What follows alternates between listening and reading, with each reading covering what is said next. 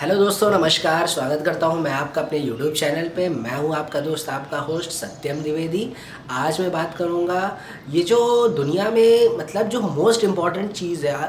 Actually मैं इसको शुरुआत करूंगा एजुकेशन सिस्टम और इम्पोर्टेंस ऑफ एजुकेशन और राइट डायरेक्शन ऑफ एजुकेशन। तो सबसे इम्पॉर्टेंट चीज़ क्या है आजकल और उसको हमें कैसे अचीव करना है एज अ कंट्री लेवल, और उसमें हम कैसे जा सकते हैं। तो दोस्तों, आज पूरी हमारा इंडिया है, जैसे इंडिया में कितने ही बच्चे हैं, कम से कम 50 मिलियन से भी ज़्यादा बच्चे होंगे जो कि अलग अलग स्टेजेस में पढ़ाई कर रहे हैं। तो हमारे यहाँ क्या सबसे ज़्यादा चीज़ें हैं कि आप एजुकेशन लो और फिर आप नौकरी करना शुरू करो, किसी भी जगह नौकरी में लगो और उसमें करो और ईमानदारी से नौकरी करो और आगे बढ़ो। लेकिन दुनिया इतनी आसान नहीं है, दुनिया में इतनी चीज़ें नहीं हैं, क्योंकि यहाँ पे और भी बहुत सारी चीज़ें हैं अचीव करने को। तो बहुत सारे लोगों ने इनोवेटिव चीज़ें करी हैं पूरी दुनिया में। तो जब हम पीछे अपनी हिस्ट्री में देखते हैं तो जो आदमी सिर्फ काम करता रहता है, उसे काम बताया जाता है, तो कई बार वो इकोनॉमिक सिस्टम ढह जाता है। जो सबसे इम्पॉर्टेंट चीज़ है जो इकोनॉमिक सिस्टम को चलाए रखती है वो है constant innovation. Innovation in everything, innovation in science and technology, innovation in efficiency, innovation in supply chain, innovation in everything in day to day life, in the procedures, everything. अगर हमें अपनी country को एज अ सिस्टम एफिशिएंट बनाना है तो हमें ये बहुत गौर करना पड़ेगा कि हमारा जो भी प्रोसेस है, सारी चीज़ें, उसमें इनोवेशन कितना हो रहा है।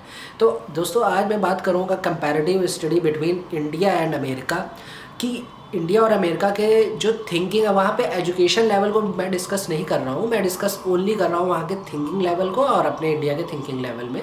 तो हमारे एजुकेशन सिस्टम का मेनली यही पर्सपेक्टिव है कि पढ़ाई करो और पढ़ाई करके जॉब लो और जॉब में अच्छा करो। अगर छोटा मोटा कोई बिज़नेस भी करते हो तो वही बिज़नेस करो जो ट्रेडिशनल बिज़नेस है, उन्हीं को आपको करना है, क्योंकि वही सफल है। कुछ ही बिज़नेस है वही सफल है। तो और आप जहाँ भी घुस जाओ उसी में लगे रहो, उसको उसी में अच्छा करते रहो। तो क्योंकि यहाँ पे बहुत ज़्यादा लोग हैं, बहुत मारामारी है काम की, और लोग जहाँ पे रहते हैं वहीं पे ही फिर कोशिश करते हैं कि वहीं रहें, वहीं पे रह के आगे बढ़ें उसी फील्ड में। लेकिन यूएस में क्या है कि वहाँ पे इनोवेशन को बहुत अच्छा मतलब बहुत ज़्यादा प्रमोट किया जाता है। वहाँ हर बच्चे को सिखाया जाता है कि आप इनोवेशन करके आप कोई न्यू चीज़ बना के अपनी लाइफ को एकदम एडवांस कर सकते हैं, बहुत ज़्यादा पैसे कमा सकते हैं। और अगर आप बिज़नेस करते हैं और उसमें सफल होते हैं तो आपको जो पर्क्स मिलते हैं वो बहुत बड़े बड़े मिलते हैं।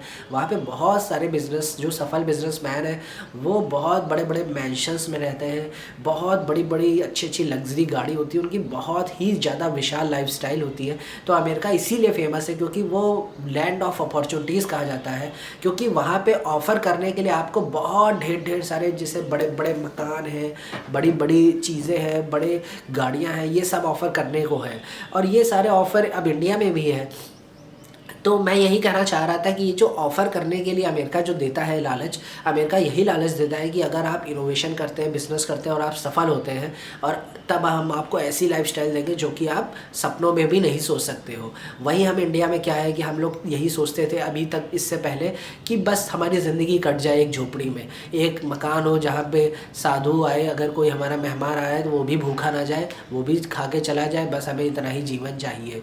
भगवान हमें बस इतना खाना पीना देना कि बस कोई हमारे मेहमान आए वो भी खाए पिए और वो भी चला जाए, हम भी भूखा ना रहे।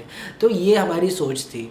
वहीं पे अमेरिका में क्या है कि आप अगर आगे बढ़ते हो तो हम आपको ऐसी ऐसी चीज़ें देंगे कि जो मतलब आप सोच भी नहीं सकते हो। तो दोनों के बीच अपने कंपैरेटिव स्टडी हो सकती है। कट कट कट अमेरिका और यूएस के सिस्टम के बीच कंपैरेटिव स्टडी हो सकती है कि कौन सा सिस्टम कैसा अच्छा है, क्योंकि जो अमेरिका है वहाँ पे यही बोला जाता है कि मतलब आप आगे बढ़ोगे तो आपको बहुत सारी चीज़ें हम ऑफ़र कर सकते हैं। तो अगर एक इंसान को बहुत सारी चीज़ें ऑफ़र करोगे तो वो लाइफ में छोटी मोटी चीज़ों की दिक्कतों से आगे बढ़ जाएगा और बड़ी मीनिंग के लिए आगे जाएगा। हम अमेरिका के लोगों की इंडिया से बैठे हुए बुराई करते हैं कि ये लोग जो है विलासिता की तरफ जा रहे हैं, इनको घर चाहिए, गाड़ियाँ चाहिए, लड़कियाँ चाहिए, इनके आगे सोच रही है। नहीं, गलत है। जब ये लोग छोटी मोटी दिक्कतों से ऊपर उठ जाते हैं, घर मकान इन सब चीज़ों से, तो ये लोग पूरे वर्ल्ड को एक्सप्लोर करते हैं। अमेरिकन्स लोग बहुत ज़्यादा घूमते हैं, वो इंडिया में आके घूमते हैं, वो साउथ ईस्ट एशिया जाते हैं, वो हर जगह ट्रैवल करते हैं, हर जगह नई नई चीज़ें करते हैं। अमेरिका के लोग बहुत क्यूरियस होते हैं। जैसे इंडिया का योगा था, तो अमेरिकन लोगों ने सीखना चाहा कि ये योगा क्या है, इससे क्या हमें कोई बेनिफिट मिलेगा। वो लोग देखते रहते हैं कहाँ पे कौन सा नेचुरल उपचार अवेलेबल है, वो उस उपचार के लिए जाते हैं कि क्या हमें इससे कोई हेल्थ बेनिफिट है। तो अगर उनको साइंटिफिक कोई भी प्रूफ मिल जाता है कि वर्ल्ड में कहीं पर भी, तो वो उसे पाने की इच्छा रखते हैं, उसे बिल्कुल ही अपने ऊपर अडॉप्ट करते हैं। तो ये होती है फ्री थिंकिंग। जब आप छोटी मोटी चीज़ों की दिक्कतों से ऊपर उठ के, रोटी कपड़ा मकान से उठ के जब आप वर्ल्ड में जीते हो, तब आपके पास बहुत सारी चीज़ें होती हैं करने के लिए। तो दोस्तों, मैं यही चाहूँगा कि जो इंडिया के लोग हैं, हम सारे जो बच्चे हैं, स्टूडेंट्स हैं, जो हम अपने आगे बढ़ रहे हैं, हम अपनी फील्ड में इनोवेशन लाएँ। और ये जो नौकरी के चक्कर में भागना है, इसको अब हम तुरंत, तो मैं ये नहीं कहूँगा नौकरी छोड़ दो, लेकिन नौकरी करते करते अगर हम अपने काम के लिए आगे बढ़े और अपना काम करने का सोचें और कुछ नया प्रोडक्ट लॉन्च करें, नई चीज़ें करें, तो हमें बहुत आगे सफलता मिलेगी। और इसी सफलता के मैं विश करता हूँ आप सभी को कि आप सबको ये सफलता मिले। और इनोवेशन और continue thinking, critical thinking is very important. और ये जो मतलब जो हम थ्रू आउट द एजुकेशन करते हैं, अगर हम किसी भी स्टेज में बीए, बीएससी, एमएससी हमें मन नहीं लग रहा है, तो हमें ज़रूरत नहीं है, क्योंकि जो पूरा सिलेबस है ना, हमें पूरे सिलेबस को नहीं जानना है। अगर फिज़िक्स है, फिज़िक्स में हमें सब कुछ नहीं जानना। अगर हमारा मन जो है फिज़िक्स में, इलेक्ट्रिकल अप्लायंसेस में लगता है, तो हम उसी के ऊपर इनोवेशन करें। हमें फिज़िक्स के और कॉन्सेप्ट्स में बहुत ज़्यादा ध्यान देने की ज़रूरत नहीं है। इसी तरह ऐसा कुछ होना चाहिए कि हम एक चीज़ पकड़े, उसी के ऊपर गहरे में घुसते जाएँ और उसी के ऊपर कोई नई चीज़ लेकर आएँ। इसी तरह हर एक चीज़ में हम इनोवेटिव थिंकिंग कर सकते हैं। लेकिन इंडिया में ना आइडिया होना, फिर उसको इम्प्लीमेंट करना, इन सब में बहुत बड़ा ज़मीन आसमान का फ़र्क है। लोग आपको, जब तक आप कुछ होते नहीं हो, तब तक लोग आपकी कोई वैल्यू नहीं करते हैं। आप किसी भी डिपार्टमेंट में जाके कोई भी बात नहीं कह सकते हो। किसी भी डिपार्टमेंट, किसी भी ऑर्गेनाइजेशन में आपको एंट्री नहीं मिलती जब तक आप उसका पार्ट नहीं बन जाते हो। ये सब इंडिया में बहुत ख़राब चीज़ें हैं। इंडिया में पार्टिसिपेशन लेवल जो है, जैसे बड़े बड़े इंस्टीट्यूशंस हैं, आईटी, एनआईटी है, यहाँ पे जो इनोवेटिव लैब्स हैं, इसमें पार्टिसिपेशन एक्सेस नहीं मिलता है लोगों को। या फिर बहुत, इंडिया इतना बड़ा देश है, इतने पॉपुलेशन है, यहाँ पे जो एक्सेस है फॉर इनोवेशन, ये वो बहुत ही कम है, बहुत ही कम एक्सेस है।